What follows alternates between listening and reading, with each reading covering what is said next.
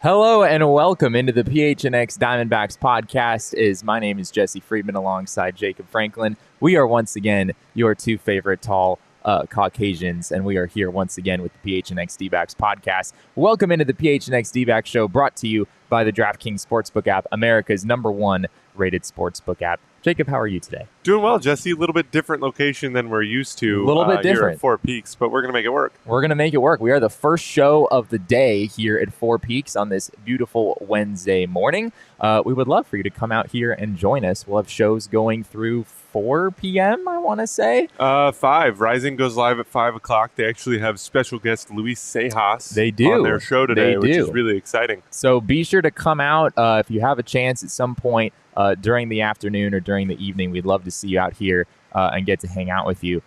Jacob, we are still a couple days away from the World Series actually happening. It feels like it's been sort of an eternity waiting for this to finally start, but we're now 2 days away. And one of the big storylines out of the World Series this year is that Joe Buck will not be calling the World Series this season. Joe Buck has called the World Series for 25 consecutive years for Fox. But of course, his role is he's now been replaced by Joe Davis, who is the play-by-play voice of the Los Angeles Dodgers and is now filling in this national role and already called a number of playoff games up until this point. But Jacob, I'm curious, what are your thoughts on Joe Davis and what you've seen so far from him calling some of these playoff games? Well, I think Joe Davis goes in line with just about anything people think about the Dodgers, right? Like, they're just able to get whoever they want. And Joe Davis is the type of guy that's super capable of being the best national broadcaster that any company could get their hands on. But, of course, he's the Dodgers' every single day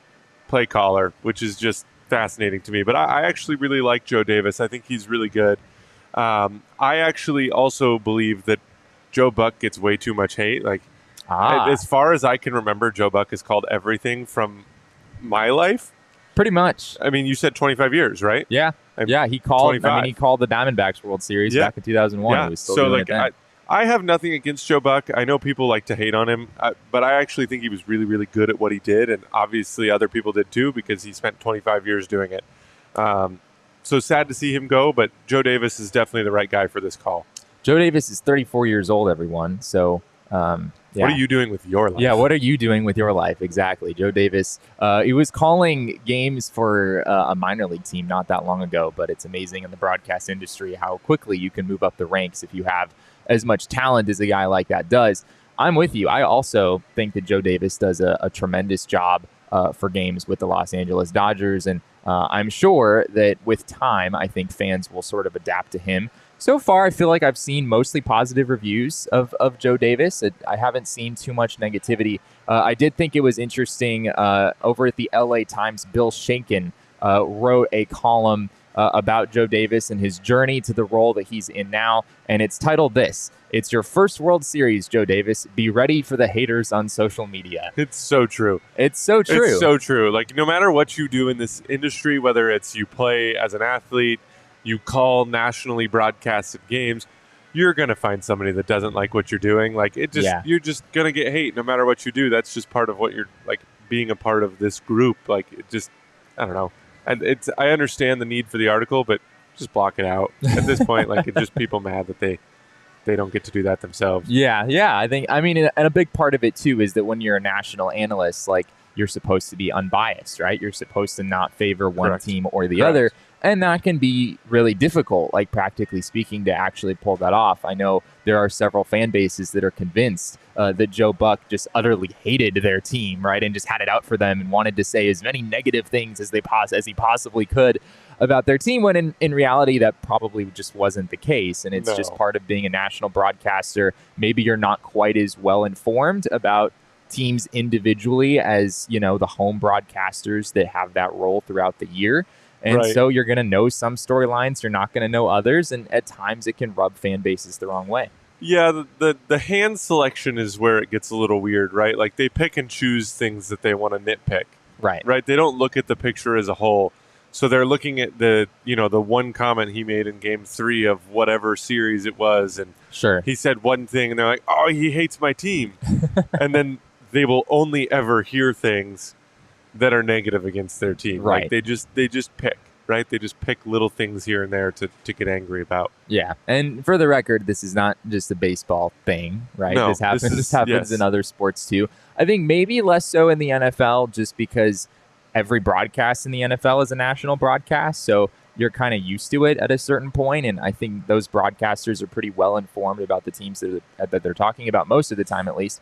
The NBA, however, we do see a lot of anger thrown around about different broadcasters. I don't know if any of you watched the Suns game last night on TNT, but a lot of Suns fans were sounding off about how Reggie Miller, all he knows about the Suns is that they lost in Game 7 of the Mavericks last year. They didn't know anything else.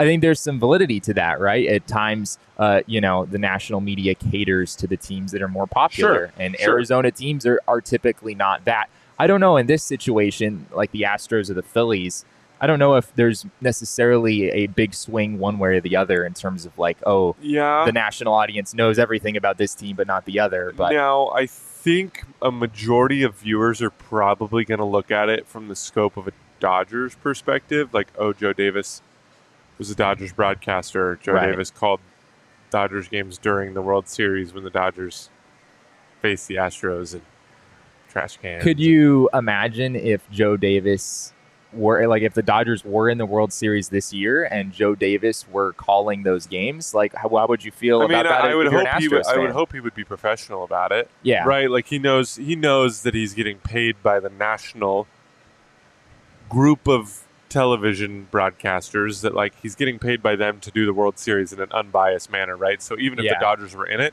I think he would have no problem flipping that switch. Yeah. Obviously, if you tune into a Dodgers broadcast on, Turner Sports or whatever, I think it's Turner Sports still. That sounds right, yeah.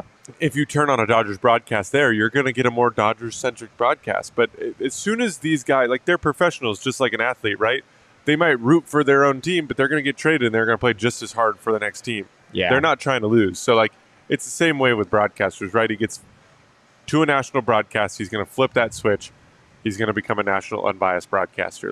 Yeah.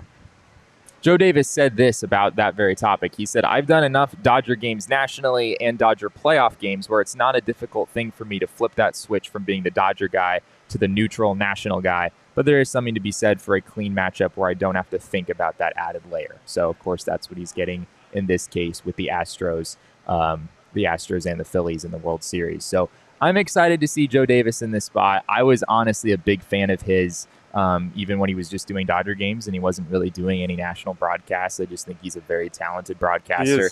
He has a voice for the big moments too. For sure. There's something about that you just can't teach, right? You just can't teach a guy to have the depth of voice to really live up to those big moments in the game. And I think you need to look no further than his call for the Bryce Harper home run, right? I mean, that was outstanding. A call that I'm sure will be played for years and years and years after this. So does it ever make you think about how lucky Dodgers fans really are? Yeah. Going from Vin Scully to Joe Davis. Vin Scully was there forever. Yeah. Forever. And widely regarded as quite possibly, if not the best broadcaster in baseball. And then you flip over and it's like, oh yeah, we're going to hire this. I mean, how long has Joe Davis been calling games there? 6 years, 5 years? Something like that. He was doing the road games for a while with Vin Scully doing the home games. Right. Yeah. So they flipped that switch and now it seems like they've got another one that they're going to have for 30, 40 years without needing to look for another broadcaster. So a lot of those Dodgers fans probably don't realize how lucky they are with that whole situation. 10 years ago, Joe Davis was the voice of the Montgomery Biscuits, which is a great name for a baseball team. He's a seasoned professional at this point. One point of conversation relating to all of this is there another way potentially for Major League Baseball to go about this when it comes to the national broadcast in the playoffs? It seems there's a part of this that seems sad, right? That you have your home broadcaster throughout the entire regular season, and then if your team gets the playoffs, you don't get them anymore. They're just gone, and you have all of these national analysts instead. Is there a way to maybe find a solution where those guys are still included once a team gets into the postseason? Well, no, I don't think there is really, because if you look at the whole scope, money's going to talk no matter what.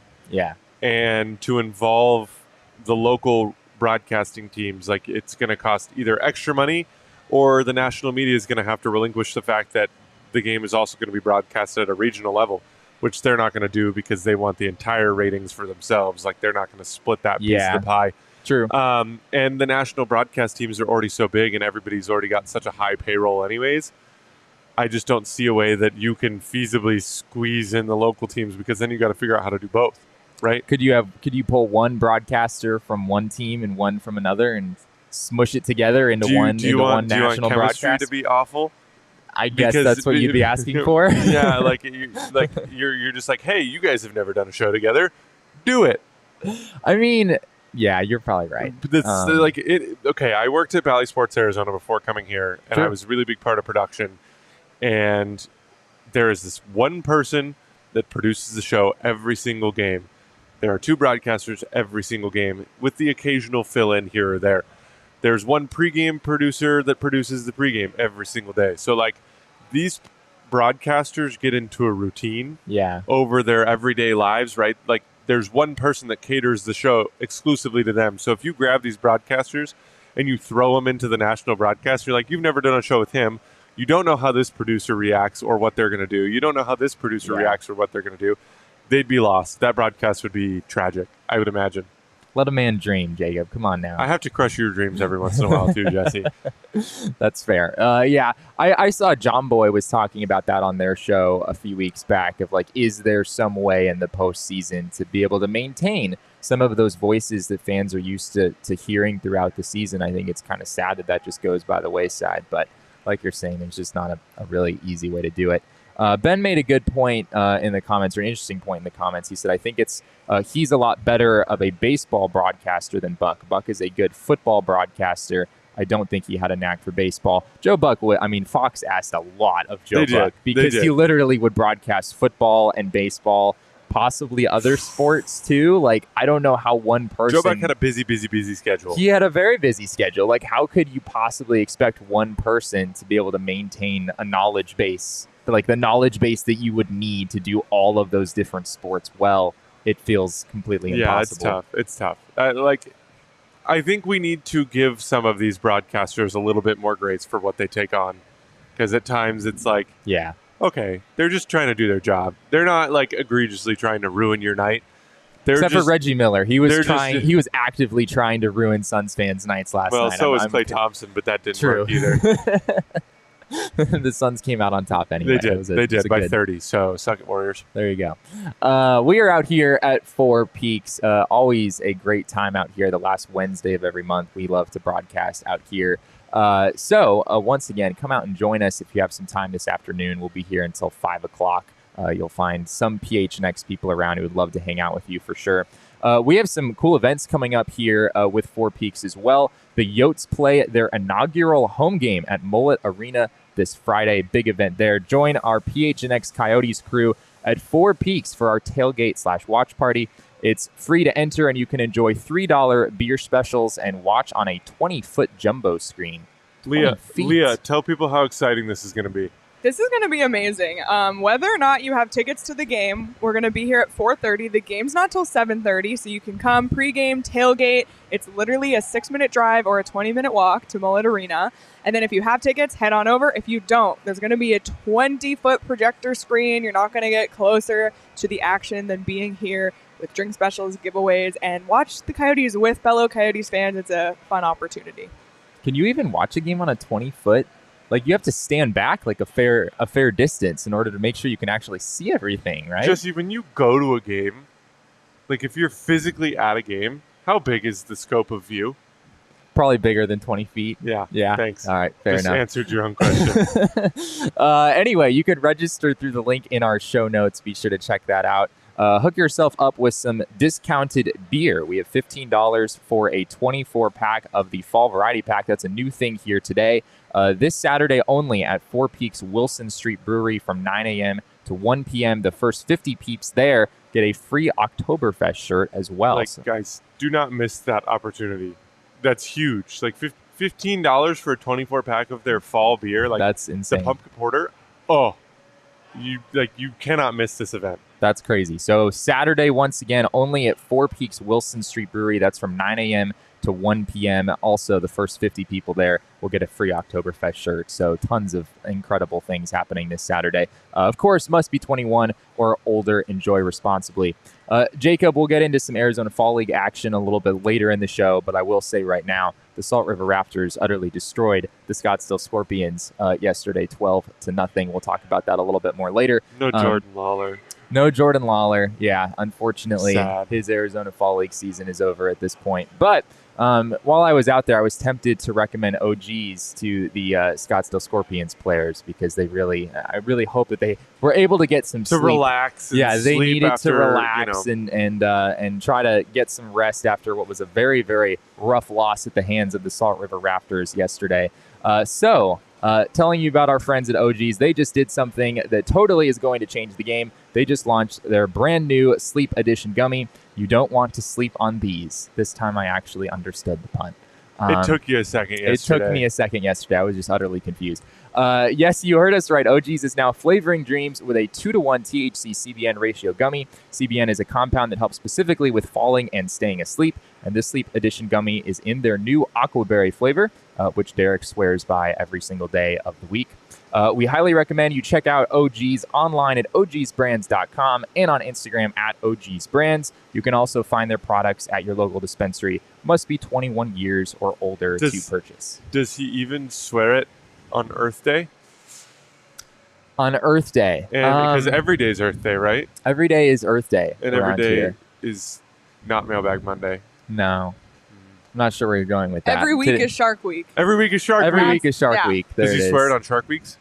I believe he does. Yeah, I wonder if sharks would like aquaberry because they're in water. So that's fair. That's a great question. Seems like a natural fit. We'll have to do some experimenting at some point.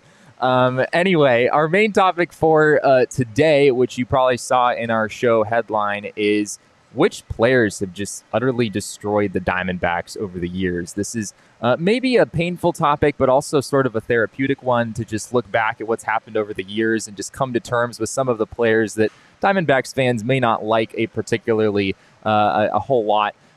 Jacob, before we get into any of the numbers, who out there just feels like a player that has destroyed the Diamondbacks? Like, before looking at any numbers or anything else, who do you just feel like is one of those guys that is always at their best against the Arizona Diamondbacks? Yasiel Puig. Yasiel Puig. Interesting. Any particular memories of him doing anything in particular? Like, for him, it's not even just hitting, right? You just have vivid images of him with his cannon out in right field, throwing guys out, trying to stretch a double into a triple or trying to stretch a single into a double. Like, he just had a cannon. So it wasn't just hitting for him. Like, watching him play, I was always like, oh, man, please, that ball's slightly in the gap. Please don't go for it. Like, just stay on base. I don't make any mistakes. You can't. Which is funny because, like, how the mighty have fallen, right? Like, he wasn't really. No. He was good for a few years. He wasn't really, like. So he's one of them. Trevor Story is another one that comes to mind. I was actually there for Shelby Miller's first start as an Arizona Diamondback. I was also there that day. And that was really hard to watch. Were you there for Zach Greinke's first start? I think I went for both. Yeah. I think Trevor Story at 2 home runs. Yeah, and Zach I was there for both. It just was hard. That first series was so hard to watch. Yeah. And this was that series too. That was Trevor Story's first time ever playing Major League Baseball. Like, he's this rookie, and I think he hit 4 home runs in that series.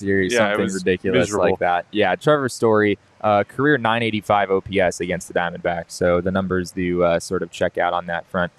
2 names came to mind for me, just kind of thinking about who I just kind of have a sense has been good against the D-backs over the years. One of them is Raimel Tapia, another Colorado Rocky. Sure. Who, I don't know what it is, but he's never Archie been. Bradley. He's never been that good of a hitter in general. But against the Diamondbacks, it's not like he's hitting dingers left and right. But he just seems to always have multiple clutch hits every time the Diamondbacks play the Rockies. Of course, Tapia is not there anymore.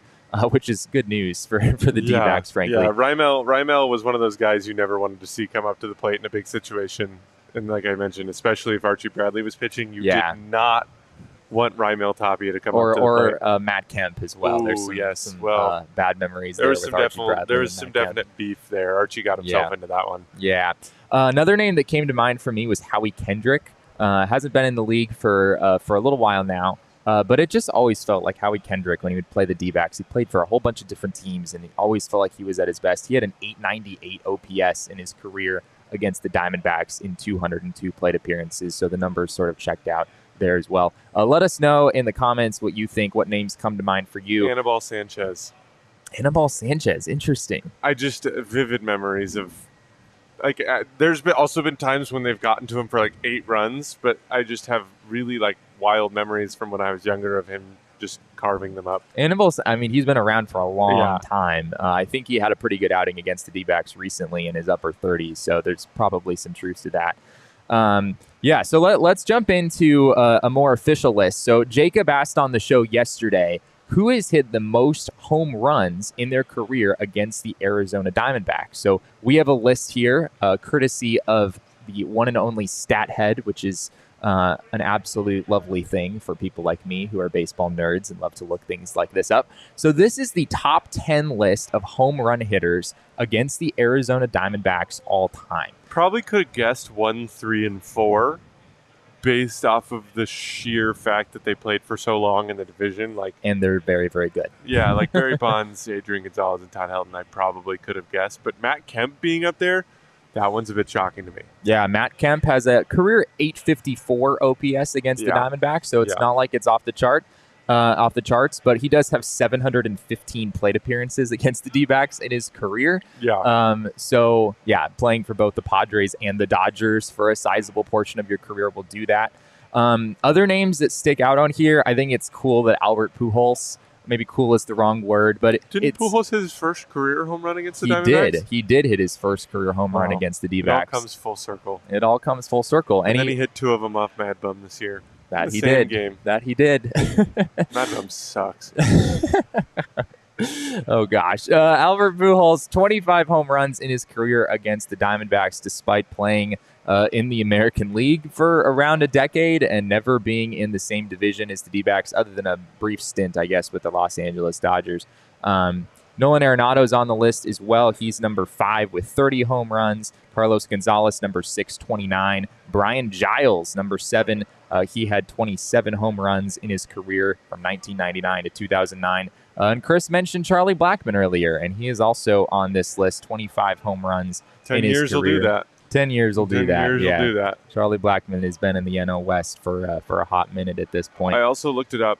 This is just kind of a backtrack. Anibal Sanchez did throw a no-hitter against the D-backs. Really? With the Marlins. Interesting. What year? What year was that? Give me another second. I just exited out. Keep going. That's interesting. I remember some good starts from Anibal Sanchez against the D-backs, but that did not occur to me initially that was 2014. 2014. Okay. Well, 2014 was sort of a year to forget all the way around for the Diamondbacks. So maybe people have just sort of blocked that out of their minds at this point. 2006. They posted the video in 2014. It's 2006. 2006. Okay. Yeah. That was a long, long time ago. It was at Dolphins Stadium. Okay. It was before they had the new 4 walks, 2-0 win. 4 walks, not the best no-hitter that you'll see, but a no-hitter is a no-hitter nonetheless. Edwin Jackson will tell you that more than anyone else. I think I would petition to get his disbarred from history. Can 7 we take walks out and a hit batter is really, really not good. Take out Edwin Jackson and throw in Madison Bumgarner and his 7-inning no-hitter. Maybe I think that one should count. It feels like it should count more than a 9-inning no-hitter with 8 walks. And a hit batter. And a hit batter. He almost lost that game. They won that game 1-0. Yeah. They won that game 1-0, and he walked the bases loaded in an inning. And it was like 3-2 on another guy, almost walked in the tying run. He almost didn't win that game. Yeah, it was not the most scenic no-hitter you'll ever see, but I guess it's going to go in the record books whether we like it or not. I also looked up the highest OPS against the Diamondbacks all time. This is minimum 100 plate appearances, just to make sure that these guys have had a good number of reps against the D-backs. Here's the list, Jacob. This is what we got. Manny Ramirez is number 1 with a 1305 OPS against the Diamondbacks. 157 plate appearances. He hit 411, 522, 782. That was Manny Ramirez's slash line against the D-backs in his career. You have any Manny Ramirez memories? I guess that was a little while ago at this point. No, not particularly, because the majority of my Manny Ramirez memories came from when he was a Red Sox. It's fair. So not many when he was with the Dodgers. Like at that point, I felt like other than against us, he was pretty just okay. Yeah. At times, like he was good, but okay. Like he had 1 year with the Dodgers at the end of his career where he was just insane. It was 2008. Okay. He spent half the year with Boston and then I think was traded around the trade deadline to the Dodgers. And after that trade, he hit 396 for LA in the last 53 games. I wonder how many games they played against the D-backs in that stint. Yeah, a lot of what we're seeing with these numbers probably has to do with 2008. And then he also was with the Dodgers in 2009, had a good season there and was decent in 2010 for them too. The biggest thing for me sitting on this list right now is, well, I guess there's two that really stand out to me, and that's Fernando Tatis, because you're going to have to deal with that man for a long time. We talked about that yesterday. Like Ben says in the chat, it's a really small sample size because he can't seem to stay on the field no matter what he does. I mean, it's 131 plate appearances still, so it's not, you're not talking about like 3 games or anything. There's some weight to a 1304 OPS for Tatis. AJ Pollock just hurts my soul to see that name on the list because, like, I was okay. Like, obviously, I was an AJ Pollock fan when he was here, but I was also kind of on the train where I was like, I don't know if I like this guy. Like, he's hurt all the time. Sure. And then goes to the Dodgers and, like, throws a fit on his way out of Arizona, and it's like, all right, cool. Yeah. That's fun. AJ Pollock didn't. I mean, he was good for the Dodgers there for a couple of years. Not good this season after being traded to the White Sox. It seems like he might be kind of on the downturn of his career. But, yeah, AJ Pollock has an 1108 OPS. Against the Diamondbacks in his career. Not a huge sample, but still 149 plate appearances. He's hitting 361 against his former team. So AJ Pollock has certainly made those at-bats count. Vladimir Guerrero is on this list at number 7 with a 1,111 OPS. This is not Vladimir Guerrero Jr. This is his dad. This is his dad, Vladimir Guerrero, who... it was also a pretty darn good player back in the day, so nothing to be too ashamed about there. George Springer is on here, which is kind of interesting. How many plate appearances? Yeah, sorry, it's 100. It's 100. Am I that boring now, Jacob? I just got hit with it all of a sudden. George Springer in 119 plate appearances has an 1173 OPS against the D-backs. So not a ton of games. He's been in the American League, but still something there. Number 4 is Barry Bonds with an 1192 OPS. Number 3, Dante Bichette from 1998 to 2000. So going way back to the beginning of the D-backs. Dante Bichette hit 372 with an OPS of 1192 against the Diamondbacks. So Bo Bichette's father, correct? Is that Bo Bichette's dad? That's a great question. I want to say that you are correct. Yes, you are correct. Yeah, Dante Bichette was Bo Bichette's dad. And Bo Bichette is a pretty decent player. He's pretty dang good. Right. It's sad that he didn't go to ASU, but it's okay. Was Bo Bichette going to go? He was committed to Arizona State. Every time you talk about him, I think you're talking about Boba Fett, like the Star Wars character. We can talk about Boba Fett. And I get so confused. Yeah, like what do you want to talk about? Boba Fett? No? Leah says no. Leah says no. All right. Any other names stick out to you on this list here, Jacob? I guess we have Edwin Encarnacion, who was just like casually one of the best hitters in baseball there for a few years. For a while. Yeah, no, not really. I mean, like, the big names that stuck out to me were just the ones that we still have to deal with, and it's sad at times. I'm like, man. So there's also a few names. This was interesting. There's also a few guys who haven't performed that well against the Diamondbacks in their career that I noticed. Manny Machado. Clayton Kershaw. Yeah, I know. Clayton Kershaw, you're saying hasn't performed well against the Diamondbacks in his career? If you look at his numbers against any other team, they are significantly better than against the Arizona. I'm pretty sure he's like a 3.9 against the D-backs. Okay. Yeah, it's not like it's horrible or anything. No, but it's definitely not Clayton Kershaw standards. Fair enough. Manny Machado has a career 726 OPS against the Arizona Diamondbacks, which is not that good. Like, actually not that good. It's pretty average. I mean, it's just kind of across the board, kind of like he's okay. Like, okay against the D-backs. Obviously, he's much better than okay. Yeah. Well, so that one's a bit surprising for sure. Sticking with the Padres, Juan Soto, his career OPS against the Diamondbacks in 121 plate appearances, 642. I'd love to know how many walks. That's a great question.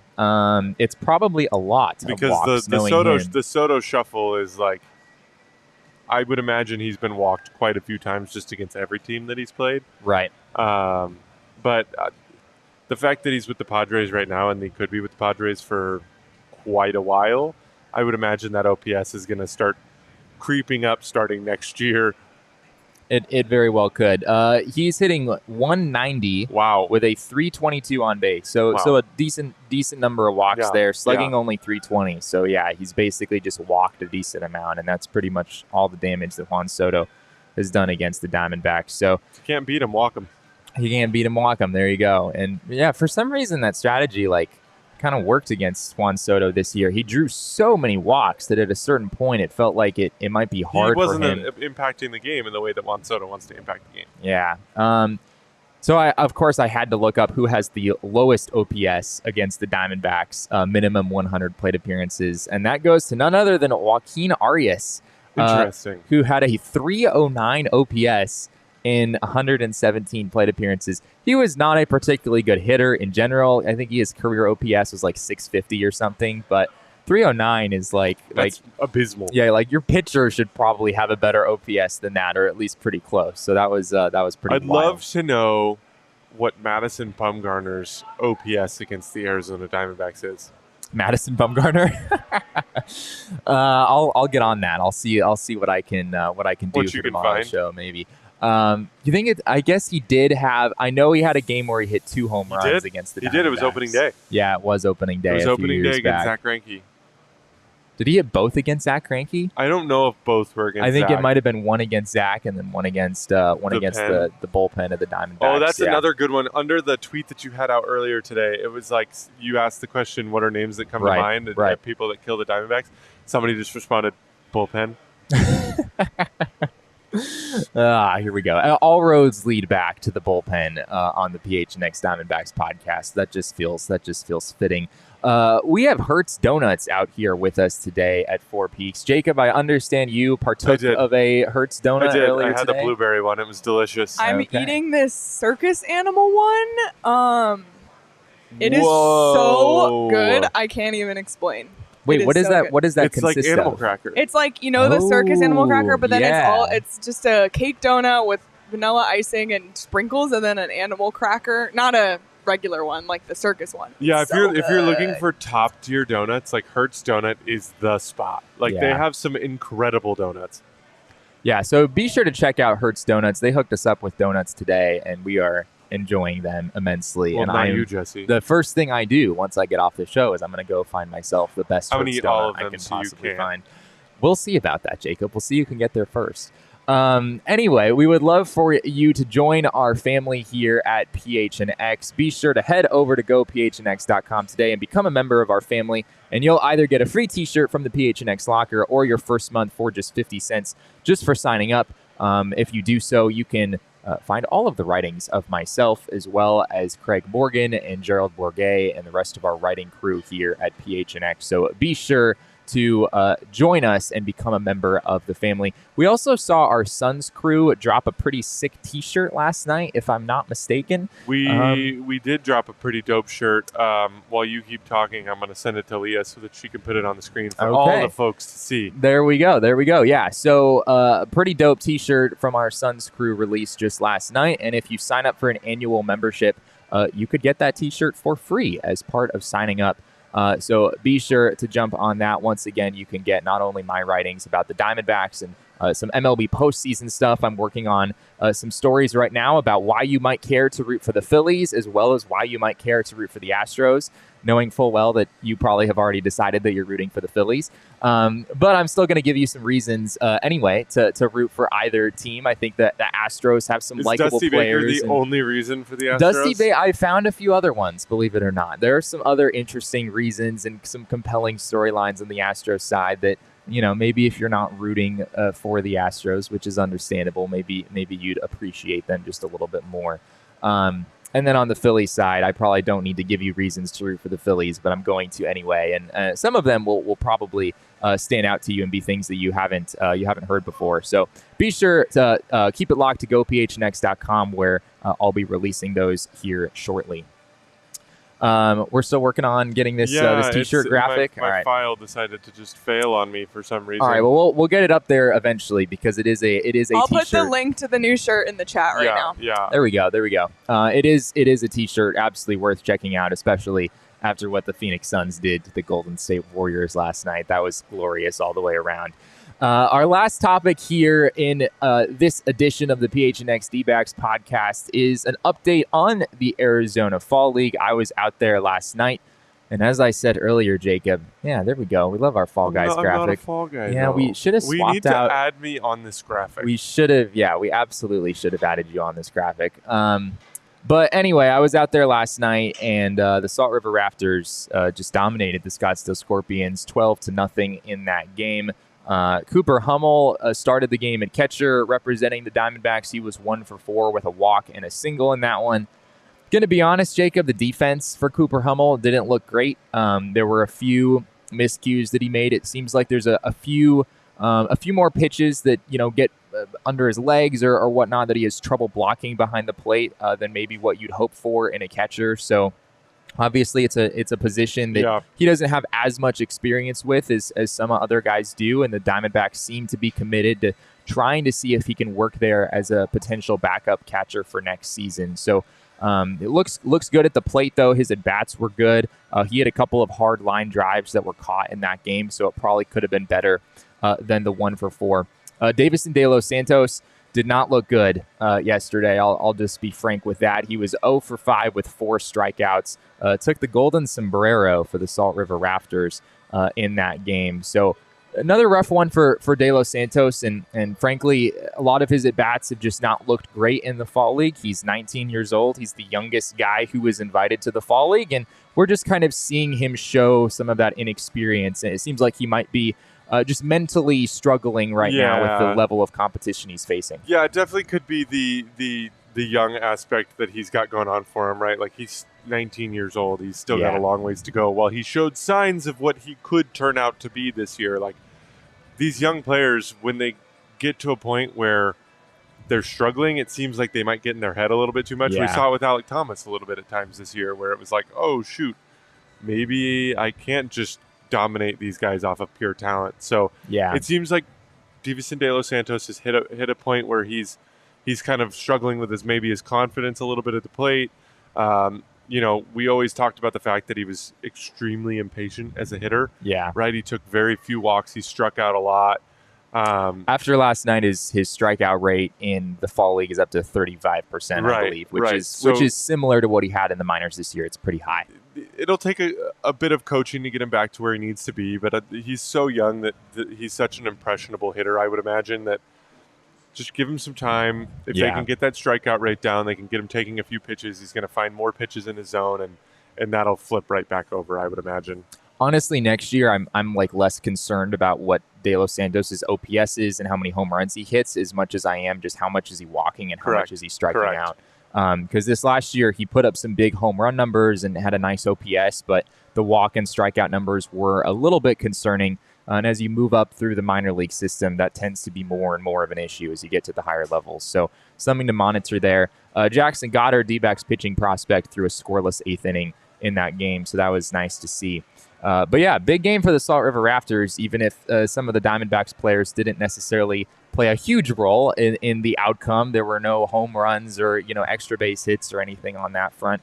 But still great to see the Salt River Raptors coming out and just stomping the Scottsdale Scorpions in the way that they did. You said no D-backs players performing.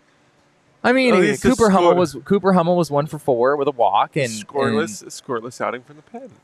Yeah, Jackson Goddard. Yeah. That's something we never get to see. A scoreless outing from the pen. That's fair. Yeah, those are few and far between at times around here. So yeah, you gotta appreciate that. You gotta take your wins where you can get them, Jesse. I have to be honest, I was reminded yesterday of just how vastly superior Salt River Fields is to all other spring training facilities. Scottsdale Stadium, I hadn't been there since I was like a little kid. And when I was a little kid... I love Scottsdale Stadium. Really? I swear it was just so much bigger when I was a kid than when I was there last night. It just felt like this tiny little... It's pretty small. Like single A minor league field. But it's so much fun. Like going to a spring training game there is so much fun. What do you like about Scottsdale Stadium? Give me some specifics here, other than that I probably am fortunate in the fact that I go and there's like a little reserved area. Like one of my family members' companies like has a table every year in the right field, like the outfield area. Like there's a seating area out in right field where there's like a bar. They give you free food. It's great. I have a great time. Like it's pretty.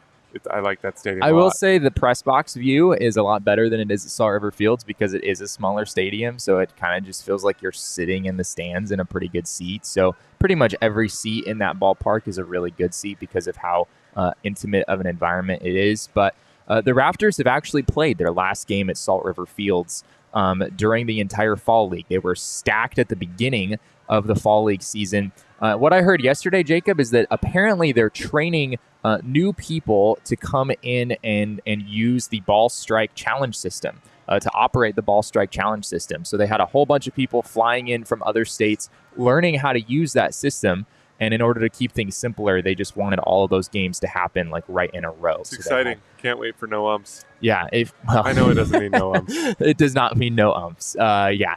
The challenge system.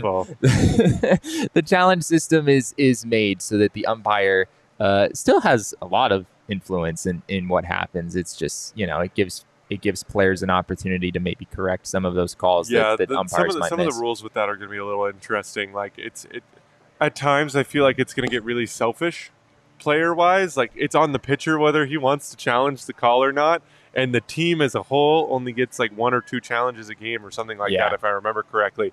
Team as a whole gets 3. 3, right. Yeah, so you get 3 challenges, but you keep the challenge if you're right. It's not right, but it's not up to the manager, correct? It's up to the player. It's up to the players. It's up to the players on the field. Could get really, really bad for relationships in the dugout. I mean, in my experience, so players didn't use them very often. Is one thing. It's not like, oh, we're just going to use these like drunken sailors because we have so many of them and might as well, right? Like players, I think, were pretty deliberate, making sure that they use them in appropriate times. And it seemed like most calls still stood. About 80% of calls, I would say, still stood. And we did see some calls reversed as well. So an interesting system. I'll probably be writing about it over at gophnx.com sometime soon. I think it's could be great for baseball. Honestly, it's awesome to see how engaged the fans are in it and how engaged each dugout is in it. Just like seeing the result on the screen, and everyone is just so engaged in that moment, like eager to figure out what happens. So I'm excited to see that hopefully implemented into the big leagues at some point soon. Jacob, are you on board? You on board with this ball strike challenge system overall? Sure. Yeah. Okay. Sure. Pitch clock. Give me it all. Okay. Give me everything. Well, we're getting the pitch clock next year, whether people like it or not. That one is 7-inning baseball games. Wow. Jacob chose violence today, everyone. 7-inning baseball games. Oh my goodness. Why? Did you like? Okay. Is it just too long? I know they're not doing them this year, like or anymore with the doubleheader stuff with the 7 innings, but like there have been a lot of Fall League games that have been 7 innings. No, I just think it's like it's so much fun. I actually really enjoyed the doubleheaders last year when they were 7 innings apiece. Like I had a really, really good time watching 7 innings of super exciting baseball. Interesting. I think a 7-inning game is like not a real baseball game, but I'm the baseball purist here, clearly. So anyway, we would love to see you out at an Arizona Fall League event on November 5th. We will be out at Sloan Park. The sign that you see that looks like Wrigley Field, it's not Wrigley Field. This is Sloan Park. I live right across from Sloan Park. I had one of my siblings also had an apartment right by there. It's a nice area. But yeah, we'd love to see you out on November 5th at Sloan Park at 6:35 p.m. for the Arizona Fall League Home Run Derby.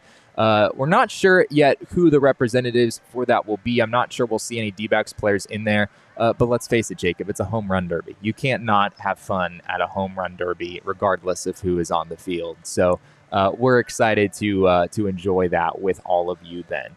Yeah. No, I mean, who doesn't love a good home run derby? Like it's the type of event that you just can't not enjoy. Even like I'm a big advocate. I go to a freaking college home run derby and I would still have a good time. Oh yeah, I think you don't even really have to be like a dedicated baseball fan to enjoy a home run derby. Everyone loves dingers at the end of the day. So hope to see you all out there. We'll have ticket info coming soon. For the moment, you don't need to purchase any tickets. They should be available at the door, frankly. So no need to make any plans on that front. But we would love to see you there out on November 5th. To finish things up for today, I have a little surprise here for Jacob, which we've been waiting on for the right time for a little while now. But you may remember, I believe it was last week on the show, Jacob questioned my vocabulary at one point. We were talking about the World Series. We were talking about some teams being underdogs, some teams being overdogs. Overdogs. That was the word that I used. And Jacob here insisted that overdog was not an actual word. I never said it wasn't. I just said nobody uses it. Leah, cue the evidence. It is an actual word. All right. So this is from Merriam-Webster. Definition of overdog: one that is dominant or victorious. We have another one which is from dictionary.com. You can see the definition there as well. So Jacob, I don't remember that happening. In this moment, I am convinced that your argument was that overdog is not even a word to begin with. No, that wasn't the argument in the slightest. Interesting. It just was that I've never once heard anybody say overdog. Well, all I'm saying is that I wasn't wrong in that it is an actual word. Sure. Okay. I guess we're... Put it there. All right. I guess we're in a good spot there. Darn it, that wasn't as satisfying as I was hoping it would be. I really wanted to have this epic prove Jacob wrong moment. But anyway, overdog you is a word. You wouldn't let me clip it, otherwise we would have, had our answer. Yeah, I guess that's true. I said I want to clip a chat. This is a true story. I said, let's clip it, post it. And Jesse said, I don't think people like that. Well, it's because I just thought that I was using a totally okay word, and you were just throwing a fit about it for no reason whatsoever. So Jesse's going to start using overdog fantasy. That's right, Charles. I just think that as someone whose nickname is literally Father Overlord Jacob, which is also, you could make a case, is not a word people use in everyday life. Overlord? Yeah, Overlord. When was the last time you used Overlord, just casually? Well, actually... This is. Let's take it back to high school. Oh gosh, here we go. I had a turtle. Okay. Which his name just started out as. Why is that not surprising to me? No, it's not surprising. I had surprising. the turtle for 4 months. It was not a long time. I had seen a turtle. You saw it? I saw a turtle. Yes, I saw a turtle okay. in the middle of my neighborhood, which is in the middle of Mesa, which is just a very weird. The turtle was in the middle of the road. Okay. And I was like, can we please keep it? My dad said no. Whatever the fact, my birthday comes up senior year of high school, and all of my friends went to the pet store and bought me a turtle because I would not. All of your friends bought you a separate turtle? No, just one turtle. Darn it! Just one turtle. That was a missed opportunity. Right. So just one turtle, right? And just because I had not shut up about this turtle for 4 months, and so I had this turtle, and his name started out as Speedy Ron. However, his name then evolved to Ronald Reagan, the Supreme Leader the Third, and at times it was Ronald Reagan, Overlord, Supreme Leader the Third. Interesting. Was just, yeah. Wow. I don't know how it evolved, but it just did. Is the turtle still with us? Sure. Okay. I don't know. I gave it to somebody when I moved to college because my parents were like, "We're not keeping that thing." That's fair. You didn't want to take the turtle to college. That wasn't an option. To answer Ben's question, the one I had seen on the road was a tortoise. Okay. The one that I had was a turtle. What is the difference between a turtle and a tortoise? I don't know. Okay. I think tortoises are larger. I don't know. Tortoises are desert related. Who knows? Well, we can tell you the difference between a goose and a duck around here, but turtles Sure. and tortoises, we can't. Sometimes we just fall short on certain things. Yeah. So we'll have to figure that out for tomorrow. Anyway, thank you all for being with us here today. I want to tell you real quick about our friends over at More Furniture, who of course did a wonderful job helping us furnish our new PHNX studios. We are very, very grateful for everything that they provided us in that. And you too can spruce up your home during More Furniture's fall sale at morefurniture.com. Plus, you'll receive a $100 gift card for every $1,000 that you spend. More Furniture is great all the way around. And Jacob, I feel like I've lived half of my life in the recliners in our office since we got those. You have. So. It's been really impressive. You're there every day, you do your show at 11, and you don't leave that recliner until about 6 o'clock. Well, because it's an incredibly if I go home, I don't have that recliner. So why would I want to go home? Jesse, do we need to be concerned? Is there a reason that you stick around so long? I guess I enjoy hanging out with you guys. I don't know. That's fair. Didn't know that was so fun. offensive to you. I'm fun. It's not really you that I stick around for, but Damn. you asked for it, Jacob. Anyway, we thank you all for being here with us today. Once again, I hope we didn't bring back too many bad memories of former Diamondbacks players who sort of played pretty well against the Diamondbacks in their careers. But anyway, it was fun reminiscing with you all here today. Be sure to give us a follow on Twitter. You can find me at Jesse N. Friedman. You can find Faj at Jacob_Franklin4. Our producer, Leah Merrill, you can find at Leah Merrill. Be sure to give her a follow as well for all of the wonderful Coyotes coverage that they have going on over there at PHNX Coyotes. But of course, we also have our PHNX_D-backs account where you can follow along with all of our Diamondbacks coverage, both during the season and out of the season. We'll still have some fun stuff coming for you all, of course. Says get PHNX office a turtle. Vice Mayor turtle. I'm so on board with having a they turtle. Smell. I'm sorry, Elizabeth. I know you said you've had a turtle for 30 years, but I had a turtle for 4 months in my room, and I couldn't stand the smell.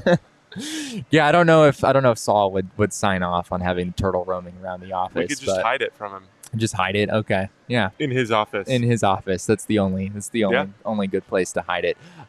Be sure to give us a follow anyway at PHNX_D-backs. And of course, all roads lead to at PHNX_sports. That's on Twitter, Instagram, and Facebook. For Leah, for Jacob, my name once again is Jesse Friedman. Thank you so much for being with us here today. And remember, kids, baseball is fun, but it's so much more fun when Joe Davis is on the mic.